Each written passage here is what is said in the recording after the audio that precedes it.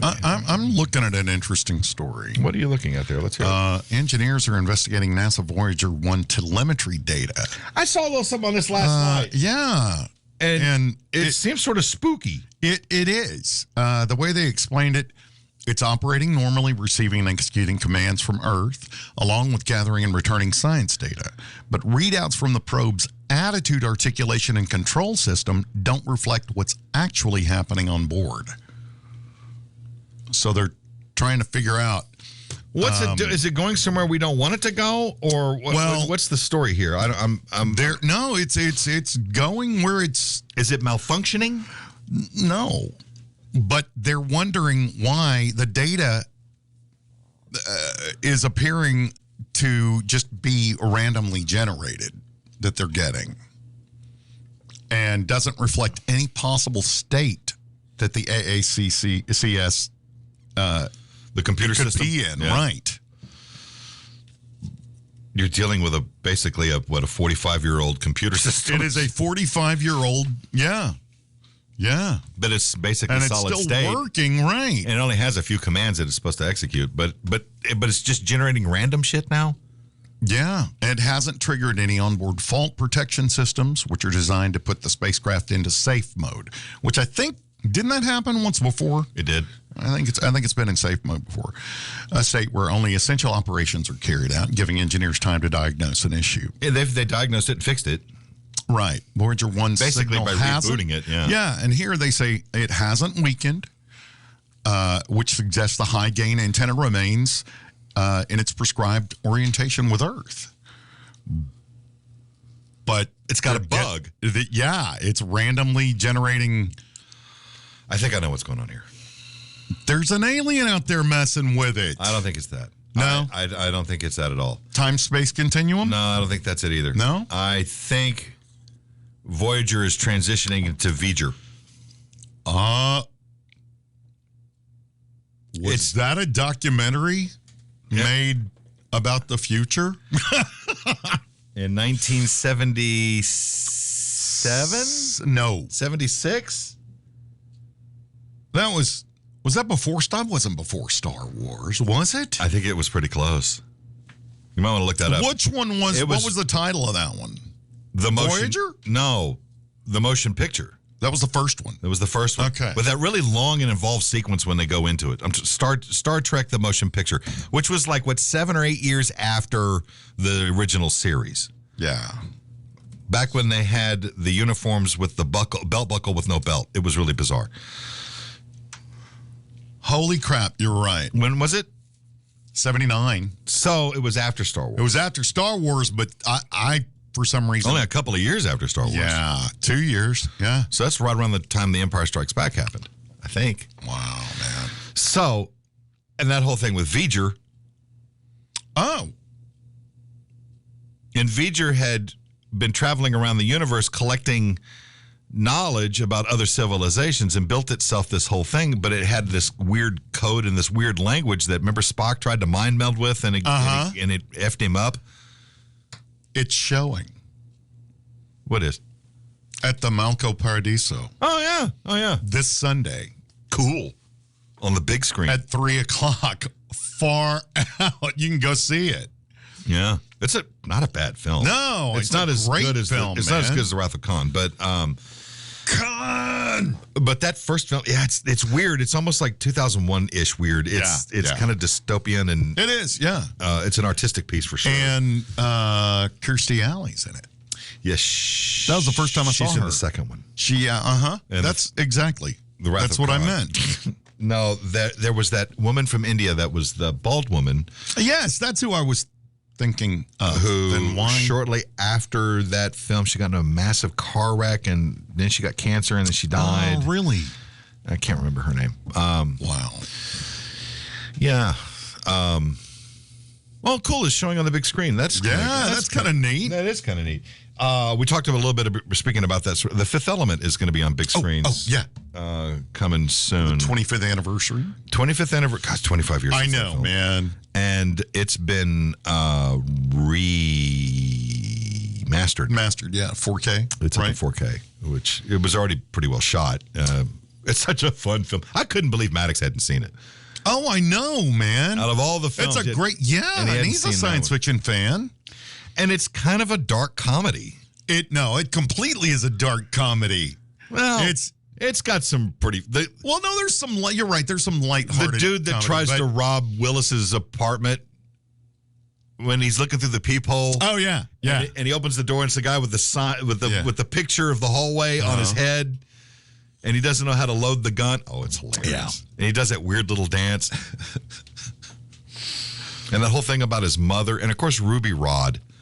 Oh, Chris Tucker is fantastic. He steals that film. He does. He really does steal that film. And that radio show that he's doing, it is so funny. $7. So, yeah, that's going back to the big screen for a revisit. That'll be fun. That'd actually be fun to see on the big screen. It would. I don't think I saw that on the big screen. I think the don't only think I did time I've either. ever seen that was at home. Yeah. There for a while, it would just show up everywhere. Yeah, It's like, I'm watching this, Yeah. It's a great film, though. It is. It is fun. So, Star Trek The Motion Picture is coming to the big screen this weekend, you said? It says the 22nd. Yeah. 3 o'clock. 3 Well, p.m. I'll be damned. Didn't even hear from Karen about that. Yeah, that is kind of cool, man. Ring her bell and find out what the hell's the deal there. Yeah.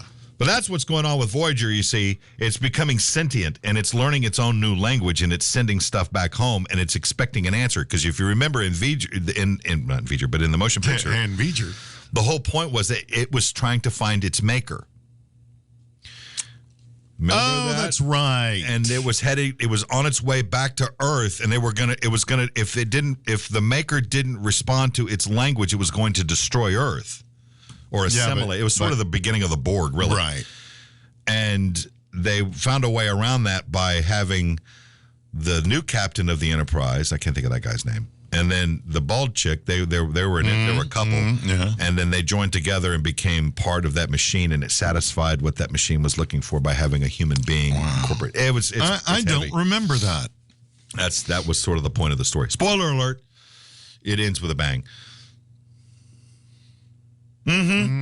Just looking at I'll have to finish this article. This is kind of interesting. Yeah. And this is from JPL. This article is. We'll have to get the rocket scientist on board and figure out what the hell. Yeah, call Rich and say, hey, man. Hey, what's up, dude? What's going on with Voyager? What'd you do to Voyager now? Right. Have you tried turning it off and turning it back on again? Right. Reboot it, man. Yeah. Didn't the Voyager project like run on a laptop at someone's house now? Didn't they have to like clear it out of JPL? It's only got like a staff of like 4 people that run it. No, I think that's 3 or 4 true. people. Yeah. And they needed the space. And I don't think they're running out of somebody's house, but like hooked up to a car battery in the and then one of the kids get to fooling around with the laptop trying to play Pokemon or something, going, "Ooh, what does this do?" And then it turns into a sentient thing and it destroys everything in the universe. And Earth is gone. And Carl Sagan in the afterlife is going, "I told you." And Voyager's twin is operating normally. Well, thank God for that. Well, they're on different ends of the solar system, I think. Well, they are. One went one way and one went sort of the other way, but down. Yeah. There is no down. I know, but think about it. In the solar system, all the planets are roughly on the same plane. Yeah. Isn't that weird? No, that's basic physics.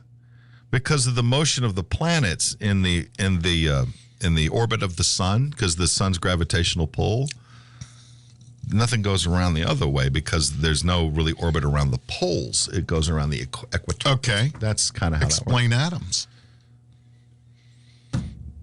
I know one that's a riverboat captain. And there was another one that had some girl that was causing trouble in some garden. Atomic atoms. Oh, yeah. What about them? The orbit of their Electrons? electrons. They don't go in. They're not on a plane, no. They just go anywhere they want. Because there's the gravitational mass of the nucleus of an atom is not that of the sun. Yeah, I know. Or something similar. Wow, that actually sounded sort of educated. It did. Smart. It did. Too bad I just pulled that out of my ass. I don't know.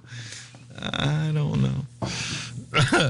And now, okay, you say that. Yes. But if you'll recall, the black hole they just took a picture of. Sagittarius A. Yes. That thing's massive, too. It is. And they showed orbits of objects. Mm-hmm. They're not on a plane with that. They were shooting all over and getting pulled in. And they said it wasn't taking in as much matter as the first photograph. Because it's too big, apparently. It's like, can it be too big to take stuff in? Or? Well, it's like the fat guy at a buffet. Eventually, he's going to hit his limit. Dude, what's going to happen when he eats that wafa thing? The black hole's going to explode. Well, no. They have found evidence of black holes that are spewing gases. So think about it. Just like Mr. Creosote. Like the Mr. Creosote. They don't understand the mechanisms of why that's happening, but it's able to launch material from it. Right. At a rate that's faster than what can come in. Yeah. Because, when you look at the computer renderings of a black hole, it looks like it has a ring, but it also goes over the top, like it's wearing a hat. Mm-hmm. Well, that's the way it looks all the way around, but you never see it on the bottom. Right. It's the accretion disk, and it's an optical illusion. What you're seeing is the other side of it. And so the light is bent, and it creates the hat type effect. That's all that really is. What? There's the event horizon, okay? That's the point at which there is a neutral gravitational pull within the realm or the area of a black hole. That's the point where if you go any further, you're going in. So if you stay outside of that, you can observe. And then, therefore, if I understand this right, the accretion disk is the point where matter maintains its buoyancy, if you will, and then that creates that weird. So if this is the black hole, all right, black dot, and this is that ring of light, this you're telling me is the backside of it, because it warps time and space. It's warp. That's what Einstein had suggested. Yes, and they figured that's true. I mean, they found that that's true. Yeah, because a black hole is not technically a hole. There's matter in there. But the power of the gravity is so intense that it's bending light from the backside of it. Right. And it's coming back around the top, and that's what creates that weird halo. Yeah. So in essence, you're sort of seeing through it, but you're seeing it warped. So if you were to get to that point where you're closer to it and you go around it, left or right, it would look the same all the way around because you're seeing the backside of it every time. Right. Yeah. It's the bending of light. And light, we know that light bends. I mean, we bend it all the time. Oh, sure, yeah. That's what a prism does. Right. But this is gravity that's doing it. Right. It's gravity. That's got to be one hell. I mean, just think about the gravitational pull that you've got to have to affect light particles. Sure. Which are a physical thing. Sure. Photons are a thing. Yeah. Yeah. Well, the motion of all celestial objects, whether they're stars, suns, planets, moons, all that is all based in gravitation in relation to other objects. Right. Whereas a black hole is sort of the big guy in the room, and everyone moves around that. Right. Sagittarius A, if I'm not mistaken, they think it sits in the center of the Milky Way galaxy. Our Milky Way, yeah. Which is a rotating disk as well. Right. And there's all a bunch of solar systems and stuff in there. What if it's just a big toilet bowl? That's kind of what this is. And it's just taken a long time for us to flush. That's why, think about it. If I understand this right, I could be way off, but if Sagittarius A, this massive black hole, sits in what we think is the center of the Milky Way galaxy, right, and everything spirals off of it, and it's in rotation, and there's hundreds upon thousands of solar systems in our galaxy, it's massive, that the whole motion of our galaxy is due to the gravitational movement of that Sagittarius A. Right. So if Sagittarius A just say vanished, the galaxy then would just float apart. Yeah. So it's kind of holding it together in a weird sort of way. So in other words, Well, that's the way all galaxies are. They all have to have something to kind of keep it centered. well, yeah, and some may be stars or giant stars or clusters of them. Right. Binaries, quad systems, quasars, and then you got black holes, which is the dark side of the universe, if you will. Yeah. You know, the good. So we're all part of the dark side. This is where all the stormtroopers are hanging out. Oh. This is where the dark lords of the Sith and all of that. They're hanging out in the Milky Way. Right, in the Milky Way. Except they don't call Near it the Milky Way. Sagittarius A. Yeah, probably. No. They call it Klunkla Makwana. Yeah, there you go. That's what you call it. Makes sense to me. Sure. Why not? It's like, yeah. So they're going to come here, and we're going to say something about the Milky Way. Milky Way. What are you talking about? This place you call Earth, we call something different. Yeah, we call that kleptomama. I don't know. You know, that's all this talk with Congress looking for answers to the unidentified aerial phenomena. And the aliens are sitting there watching all this go down, let's just presume. Right, well, of course. Because we've had issues. And they're talking amongst themselves going, wait a minute, they got a thing that can look into the center of the galaxy. And if they discover Sagittarius A is the thing that holds it all together, we have to get involved. Because your knowledge base increases with the discovery of the use of black holes and the gravitational pull by which they have. Well, that's when we step up from a type whatever civilization To an advanced type. to another. It's like protoplasm coming out of the swamp and gaining legs and walking. It's sort of like that, except it's on a grander scale. Yeah. And then Klaatu will come down here, and that'll be the end And of that. say, hey, guys, don't fuck this up. Yeah. We got this book for you. Right. It won't be like that. They're going to sit there and go, look, you fucked it up enough. Now you're going to be fucking up our place, too? We need to have chat. And, I mean, realistically, that's probably, look at what, all you got to do is look at what humans have done over the course of history. Oh, of course. What have warring factions done over the centuries? Think it's going to be different with any, Well, any explorer that comes to the planet? The theory that I believe it was Professor Hawking said, yes, that there were 3 basic types of intelligent life should they exist. One is those that are below us evolutionary, like microbial stuff and animals and stuff. Then there were some that were kind of like us, and then there were some that were better than us, or larger, or more civilized and more advanced than us. Right. Those are the ones you want to hope you attract. Yeah. Which the whole point of sending the Voyager with the plaques is you are here and we are there. And Hawking was like, no, not a good idea. You shouldn't do that. That's leading the wolves. Because what if you do find a warring... What if the Klingons get a hold of it and go, y'all got stuff we need?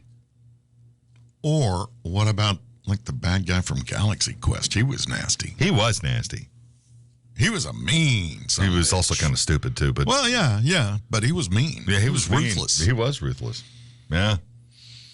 But you hope that you find somebody that goes, hey, we've been watching you, and we've been watching you grow, but y'all are kind of not there yet. Yeah. And if we get involved, then things could get worse. So we're waiting for you to make that mistake. In The Day the Earth Stood Still, that's a big premise where the professor, this is like the smartest guy on Earth, and he's like, well, you got to let the alien destroy us at this point.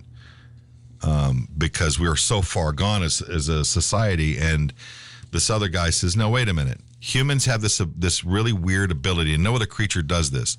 We take ourselves to the point of self-destruction, and we somehow find a way not to do it. Right. And it was a reference to the nuclear age that we were in. And trying to convince an alien society not to destroy us because of that, they would have known this. Yeah, right. It's what you hope. Definitely it's what you hope. I mean, look, Earth is one of those places that when aliens fly by, they lock their doors.